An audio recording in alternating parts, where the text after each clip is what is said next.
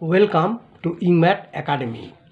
Today we will dive into the mysterious and magical world of the pharaohs. Yes, straight from your class 6 English textbook.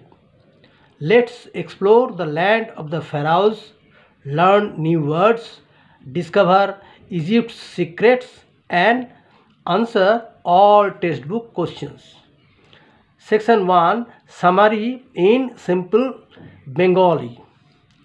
এই লেসনে আমরা প্রাচীন ইজিপ্টের বিষয় শিখব, যেটাকে আমরা দেখতে পাবো লেসন 5-এর ইংলিশ টেক্সটবুক লেসন 5-এর story land of the ফ্যারাওস।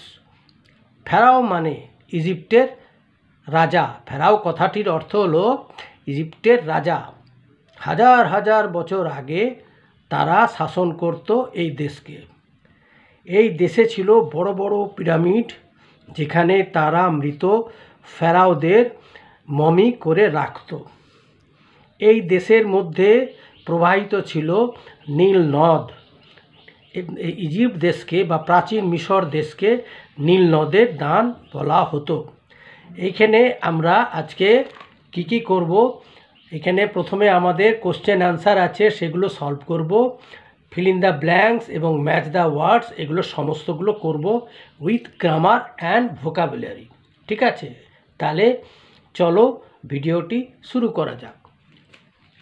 WBBAC English class 6 lesson 5 activity 1 tick the correct alternative. Tick মানে রাইট চিহ্ন দাও। দ্য কারেক্ট অল্টারনেটিভ বলতে সঠিক বিকল্পতে। এতে বলা হয়েছে ঈশান অ্যান্ড হিজ মাদার ভিজিটেড, তিনটি অপশান ব্র্যাকেটের মধ্যে দেওয়া আছে, সেটি ঠিক করতে হবে, নির্ণয় করতে হবে সঠিকটি। টু সি দ্য পিরামিডস, তাহলে ঈশান অ্যান্ড হিজ মাদার বলতে ঈশান এবং তার মা ভিজিটেড মানে ভ্রমণে গিয়েছিলেন বা পর্যটনে গিয়েছিলেন। কোথায়? না গিজা। কী জন্যে গিয়েছিলেন? না to see the pyramids. Number B, a pyramid is a huge, এখানেও ব্র্যাকেটে তিনটি অপশান দেওয়া আছে, তারপরে সেটি হচ্ছে নির্ণয় করতে হবে, করে বলতে হবে কোনটি সঠিক। তাহলে a pyramid is a huge triangular monument. Triangular মানে ত্রিভুজাকৃতি, মনুমেন্ট মানে স্মৃতিসৌধ। নাম্বার সিতে বলা হয়েছে রিভার, এইখানেও তিনটে অপশান দেওয়া হয়েছে। ফ্লোজ থ্রু ইজিপ্ট, ইজিপ্টের মধ্য দিয়ে প্রবাহিত নদী হলো নীল নদ বা the Nile, river Nile flows through Egypt.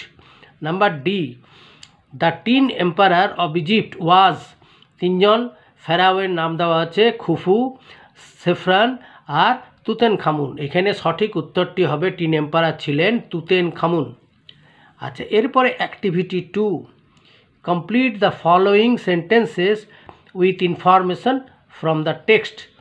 Number এতে বলা হয়েছে দ্য ফেরাওস লিভড, এখানে ব্ল্যাঙ্ক, সেই ব্ল্যাঙ্কটাকে আমরা কি করেছি, শূন্যস্থানগুলোকে সঠিক বাক্য দিয়ে পূর্ণ করেছি। কীভাবে? না lived around 5000 years ago in Egypt, তাহলে ফেরাও তারা প্রায় 5 বছর আগে ইজিপ্টে বাস করতেন। বিয়ে বলা হয়েছে Sphinx is a rock statue, তারপরে ড্যাশ, তাহলে স্ফিংস হচ্ছে একটা প্রস্তর মূর্তি, যেটা কিনা যার with a human head and a Lions body, যার মাথাটা হচ্ছে মানবের মতো, মানুষের মতো, এবং দেহটা হচ্ছে সিংহের মতো। মানে স্ফিংস হচ্ছে একটা প্রস্তর মূর্তি, যার শরীরটা হচ্ছে সিংহের এবং মাথাটা হচ্ছে মানুষের। Number C Ishan's mother went to fetch, fetch মানে গিয়ে আনা, তাহলে Ishan's mother went to fetch, ঈশানের মা গিয়েছিল আনতে কি, ব্ল্যাঙ্কে হচ্ছে a couple of sandwiches and water. ঠিক আছে,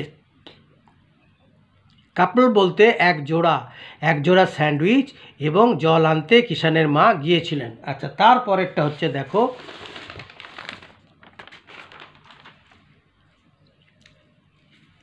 নাম্বার ডিতে বলা হয়েছে দ্য ইজিপ্টিয়ান প্রিস্ট, প্রিস্ট মানে হচ্ছে যাজক, পুরোহিত বা ধর্মযাজক যাতে বলা হয়, তাহলে বলা হয় preserved the dead bodies by using, এখানে ব্ল্যাঙ্কে কি করা হয়েছে, তারা কি দিয়ে তাদের এই যে ফেরাও রাজাদের যে দেহটা, মৃতদেহটা সংরক্ষণ করে রাখতো না, বাই ইউজিং স্পাইসেস মানে মশলা, কেমিক্যালস মানে নানা রকম রাসায়নিক দ্রব্য, অ্যান্ড অয়েলস মানে তেল। ঠিক আছে, এবারে activity 3, answer the following questions. এখানে প্রশ্নটির একটা প্রশ্ন দেওয়া হয়েছে, সেটার উত্তর দিতে হবে। প্রশ্নটি কি না, why do you think that at the end of the day Ishaan tells his mother that he likes history.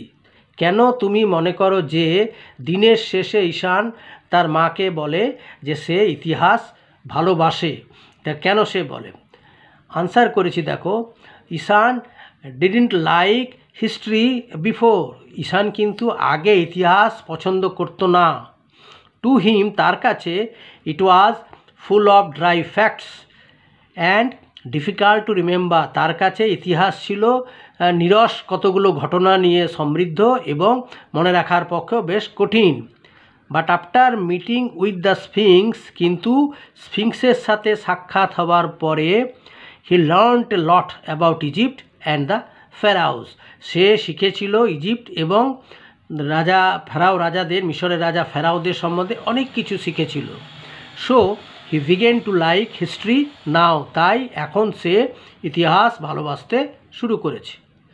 আচ্ছা, নাম্বার 4, অ্যাক্টিভিটি 4 আর কি, fill in the chart with information from the text.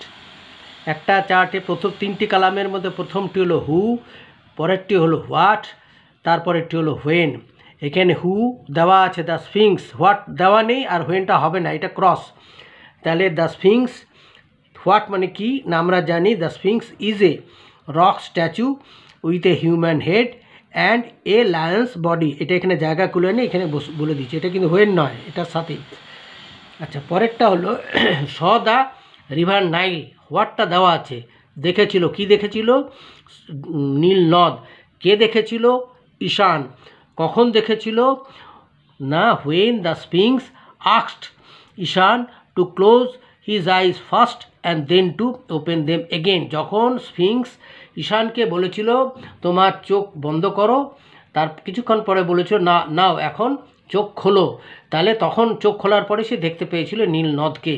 তাহলে এই জন্যে হোয়েন কী করা হলো না, when the sphinx asked Ishaan to close his eyes first and then to open them again. ঠিক আছে, আচ্ছা তারপর আচ্ছা এখানে হচ্ছে রয়্যাল পার্সনস, এটা হুতে দেওয়া আছে রয়্যাল পার্সনস, আর হোয়েনটা দেওয়া আছে বিফোর ব্যারিয়াল, মানে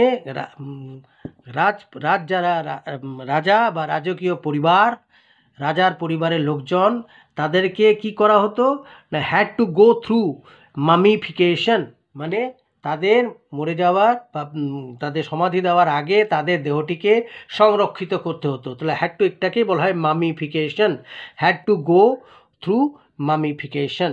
আচ্ছা, এইখানে বলা হচ্ছে ডাগ মানে খনন করা, ডিগের পাস্টেন্স ডাগ, তুতেনখামুন স্টম, তুতেনখামুনের সমাধিকে কে খনন করেছিল? এখানে হচ্ছে হুতে হবে হাওয়ার্ড কার্টার। তিনি তুতেনখামুনের সমাধিকে খনন করেছিলেন কখন? ইন 1922, 1922 সালে। ঠিক আছে, এর পরেরটা